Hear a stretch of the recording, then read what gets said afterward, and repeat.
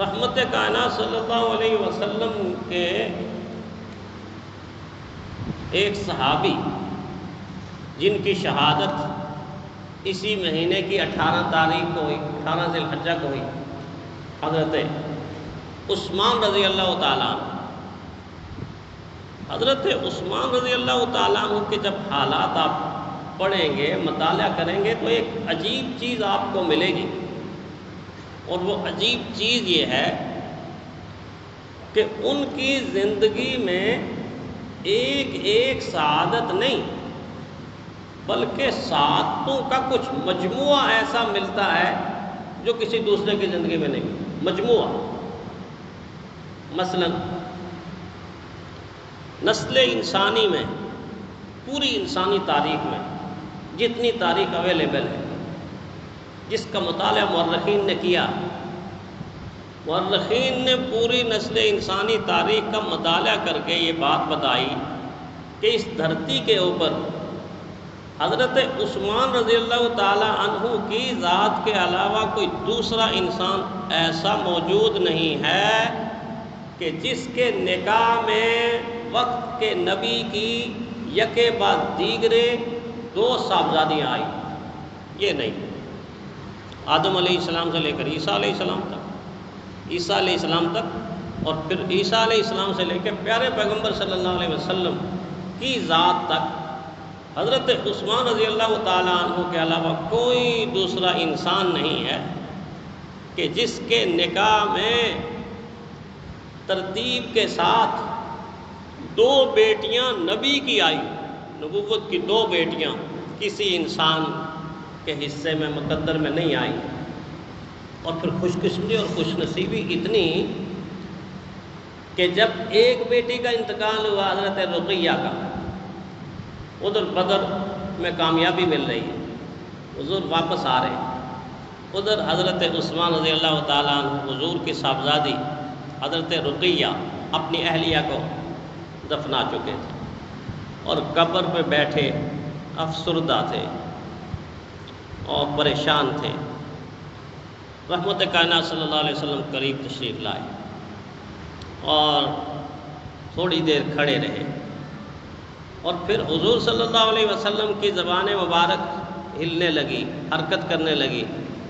فرمایا لا تبکی یا عثمان فہذا جبرائیل اخبرنی ان اللہ عز وجل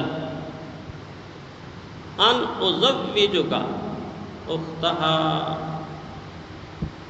کہ دیکھو اے عثمان تو کیوں پریشان ہوتا ہے، پریشان نہ ہو، یہ حضرت جبرائیل علیہ السلام کھڑے ہیں اور انہوں نے مجھ سے عرض کیا ہے کہ اللہ جل شانہ نے فرما رہے ہیں کہ حضرت عثمان سے آپ اپنی دوسری لخت جگر کا نکاح میں دے دیں۔ وہ اللہ کا فیصلہ، جبرائیل لانے والے، حضور نافذ کرنے والے، اور پھر حضور صلی اللہ علیہ وسلم کی زبان مبارک سے جو دوسرا جملہ نکلا وہ بھی کسی اور کے لیے نہیں نکلا۔ واللہ لو کانت عندی میعۃ، اے عثمان اللہ کی قسم اگر اللہ تعالیٰ مجھے 100 صاحبزادیوں سے نواز دے اور اگر وہ ان میں سے انتقال ہوتا رہتا تو میں 100 صاحبزادیوں کو آپ کے نکاح میں یکے بعد دیگرے دیتا رہتا۔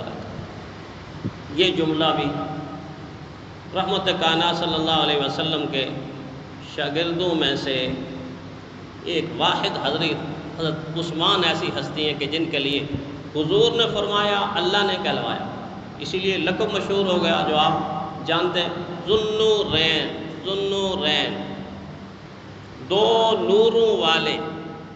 حضرت رقیہ بھی حضور کا نور، کہتے ہیں نا نور نظر، لخت جگر، ہماری آنکھوں کی ٹھنڈک، حضور صلی اللہ علیہ وسلم کی آنکھوں کی ٹھنڈک، حضور کے لخت جگر، حضور کے صاحبزادی۔ تو 2 صاحبزادیوں سے نکاح ہوا ہے، 2 نوروں والے مشہور ہو گئے، عثمان ذوالنورین، عثمان ذوالنورین۔ اور ایک صرف یہ سعادت نہیں ہے بلکہ ان کے جتنے بھی سعادت کے مقامات ہیں ان کو دو کو دخل ہے۔ جب ہجرت کی تو سب سے پہلے ہجرت حضرت رقیہ کے ساتھ حبشہ کی طرف، اور یہ واحد مسلمان ہیں جنہوں نے اپنی اہلیہ کے ساتھ حضور کی صاحبزادی کے ساتھ ہجرت کی۔ اس ہجرت پر حضور نے کیا فرمایا؟ حضرت عثمان اس دھرتی کے اوپر واحد شخص ہیں، حضرت ابراہیم حضرت لوط کے بعد، اللہ کے دو نبیوں کے بعد، کہ جنہوں نے اللہ کے دین کی خاطر اپنے اہل و عیال کے ساتھ ہجرت کی۔ پہلی ہجرت حبشہ کی طرف، اور دوسری ہجرت پھر مدینہ کی طرف، ادھر بھی ود فیملی اہل و عیال کے ساتھ، اپنی اہلیہ کے ساتھ، اور ادھر بھی حضرت رقیہ کے ساتھ ہجرت کی۔ دو ہجرتیں اہل و عیال کے ساتھ میسر آئیں۔ اسی طرح آپ جانتے ہیں کہ حضرت عثمان رضی اللہ تعالیٰ عنہ کی جو سب سے زیادہ غالب صفت تھی، ان میں دو صفتیں بڑی غالب، ایک سخاوت عثمان، ایک حیاء عثمان۔ اب حیا کا پہلو بھی جب دین نے اجاگر کیا تو دو طرح کے پیغامات ملتے ہیں۔ ایک طرح کا پیغام کیا ملتا ہے کہ حضور صلی اللہ علیہ وسلم مجلس میں تشریف فرما ہے، تھوڑا سا کرتا مبارک اوپر ہے ایسے، اور ٹانگ کی تھوڑی سی پنڈلی نظر آ رہی ہے، اور بکر صدیق رضی اللہ تعالیٰ عنہ آ رہے، حضور تشریف فرما، حضرت عمر آ رہے، حضور تشریف فرما۔ آنے واحد کے اندر حضرت عثمان وہاں سے آ رہے تھے، یوں دیکھا حضور نے، اور حضور سیدھے ہو کے بیٹھ گئے۔ سیدھے ہو کے بیٹھنے کے بعد اپنے کرتے کو یوں نیچے کر لیا، تو ظاہر ہے صحابہ بیٹھے تھے، تو عرض کی اللہ کے نبی پہلے تو آپ نے کہ تکلف نہیں کیا، سارے آتے رہے، اسی طرح آپ بے تکلف بیٹھے رہے، تو ایسا کیوں فرمایا؟ تو حضرت حضور صلی اللہ علیہ وسلم نے فرمایا عثمان آ رہے، یہ وہ شخص ہے کہ جس سے آسمان کے فرشتے بھی حیا کرتے ہیں، آسمان کے فرشتے بھی حیا کرتے ہیں۔ اس کا مطلب حیا بھی دوہری، زمین والے بھی حیا کرتے ہیں، امام الانبیاء بھی حیا کرتے ہیں، اور آسمان کے فرشتے بھی حیا کرتے ہیں، یعنی دورہ عمل ان کو ساتھ مل۔ اسی طرح حضور صلی اللہ علیہ وسلم کی ذات انور کے ساتھ دورہ رشتہ، ایک تو میں نے یہ بتایا نا بیٹیوں کے حوالے سے نہیں، وہ تو ہے ہی ہے، بیٹیوں کے حوالے سے ہے ہی ہے، لیکن حضرت عثمان رضی اللہ تعالیٰ عنہ کی نانی حضرت بیضہ حضور صلی اللہ علیہ وسلم کے والد گرامی کی بہن تھیں، ایک نسبت یہ بھی، آپ کی نانی حضرت بیضہ حضور صلی اللہ علیہ وسلم کے والد گرامی کی بہن تھیں، ایک نسبت یہ قائم ہوئی۔ اور پھر حضرت عثمان رضی اللہ تعالیٰ عنہ کے تیسرے دادا حضور صلی اللہ علیہ وسلم کے دادا کے حقیقی بھائی تھے، ایک رشتہ ادھر سے ملا نسبت نانی کی طرف سے، اور ایک دادا کی طرف سے رشتہ ملا، ادھر بیٹیوں کی طرف سے دوہری نسبت، ادھر نسب کے اعتبار سے دوہری نسبت قائم ہوئی ہے رحمت کائنات صلی اللہ علیہ وسلم کے ساتھ۔ اسی طرح آپ کی شہادت بھی دو حکموں کے درمیان، جب آپ محصور ہو گئے، کھانا بند ہو گیا، پانی بند ہو گیا، اور کون سا پانی؟ جس پانی کو خود خرید کر مسلمانوں کے لیے عام کیا تھا، جس کنویں کو خرید کر جب مسلمان پیاسے تھے، بچوں کو پلایا، عورتوں کو پلایا، بڑوں کو پلایا، چھوٹوں کو پلایا، وقف عام کر دیا۔ جب خرید کر مسلمانوں کے حوالے کیا تھا، حضور نے کہا نقد جنت تیرے لیے، عثمان جنت تیرے لیے۔ وہی پانی آج عثمان پر بند ہے، کوئی پانی لے جا نہیں سکتا۔ حضرت علی رضی اللہ تعالیٰ عنہ نے ہمت کی اور مشق بھر کر اپنے کندھے پہ کی، لیکن منافقین اتنے سخت دل اور تنگ دل تھے کہ تیر مار کے حضرت عثمان رضی اللہ تعالیٰ عنہ کی مشق کو سوراخ کر کے پانی گرا دیا، اور پانی نہیں پہنچنے دیا، کئی دن کے پیاسے۔ اور رحمت کائنات صلی اللہ علیہ وسلم کی امت میں ان کی عظمت کا کیا عالم ہوگا کہ ان کے محافظ، ان کے دروازے کے اوپر دو ایسے نوجوان کھڑے ہیں کہ جن جیسا نوجوان اس دھرتی کے اوپر دوسرا کوئی نہیں، ان کا ثانی کوئی نہیں، اس کی مثل کوئی نہیں، اس کی مثال کوئی نہیں۔ وہ کون نوجوان ہیں؟ وہ حضرت فاطمہ کے لخت جگر ہیں اور حضرت علی کے نور نظر ہیں۔ ایک کا نام حضرت حسن ہے اور ایک کا نام حضرت حسین ہے۔ اپنے خالو کے دروازے کے اوپر ایسے کھڑے ہیں۔ ہمارے ہوتے ہوئے اس ادھر سے کوئی جا نہیں سکتا۔ دو دربان اللہ نے وہ عطا فرمائے جو جنتی نوجوانوں کے سردار، میرے اور آپ کے ایمان کا حصہ، امت کا سرمایہ۔ تو یہ سعادت بھی اللہ تعالیٰ نے حضرت عثمان رضی اللہ تعالیٰ عنہ کو دی۔ میں عرض کر رہا تھا کہ دو حکموں کے درمیان شہادت ہوئی۔ ایک حکم کیا تھا کہ حضور نے اپنی زندگی میں فرمایا عثمان اللہ تمہیں ایک قمیض، ایک کرتا پہنائیں گے، ایک کرتا، ایک لباس پہنائیں گے۔ منافقین لوگ اس لباس کو اتارنے کی کوشش کریں گے مگر آپ نے وہ لباس اتارنا نہیں۔ کون سا لباس تھا؟ وہ خلافت کا لباس، خلافت کا لباس تھا جو اللہ نے ان کو خلافت کی قمیض پہنائی۔ حضور نے فرمایا لوگ اتارنے کی کوشش کریں گے، آپ نے اتارنی نہیں، آخر دم تک نہیں اتاری۔ جب چہرے کے اوپر تیر لگا اور جب سر کے اوپر راڈ لگا اور خون کا فوارہ پھوٹا، کرتا رنگین ہوا اور سامنے پڑا ہوا قرآن حکیم ایسے کھلا ہوا، قرآن حکیم بھی اس خون سے رنگین ہو گیا۔ آج بھی وہ قرآن حکیم محفوظ ہے، عجائب گھر میں، غالباً ترکی کے اندر محفوظ ہے کہ حضرت عثمان رضی اللہ تعالیٰ عنہ کے خون والا قرآن پہلا پارا، اور اس آیت پہ آپ کا خون گر رہا ہے، فَسَيَكْفِيكَهُمُ اللَّهُ، اللہ تمہیں کافی ہو گیا، اللہ تمہیں کافی ہو گیا۔ وَهُوَ السَّمِيعُ الْعَلِيمُ، وہ سننے والا ہے، وہ جاننے والا ہے، وہ دیکھ رہا ہے کیا کچھ ہو رہا ہے، دیکھ رہا ہے کیا کچھ ہو رہا ہے۔ ایک حضور صلی اللہ علیہ وسلم کے اس حکم کے مطابق شہادت ہو رہی ہے، اور دوسرا کئی دنوں سے روزہ رکھا ہوا، کئی دنوں سے روزہ رکھا ہوا۔ حضور نے بھی دو پیشکش کی خواب میں۔ جمعرات کا دن ہے، 17 ذی الحجہ ہے، عثمان تیری ہیلپ کی جائے، اللہ تمہاری مدد کرے، یعنی صحابہ کھڑے ہو جائیں اور منافقین کا کلا کما کر دیں۔ ہو سکتا تھا کلا کما۔ حضرت علی رضی اللہ تعالیٰ عنہ کے تو آنسو نکل آئے۔ اے امیر المومنین، ایک اشارہ ہی کر دیں، آپ ایک حکم دے دیں، پھر دیکھیں کہ ہوتا کیا ہے۔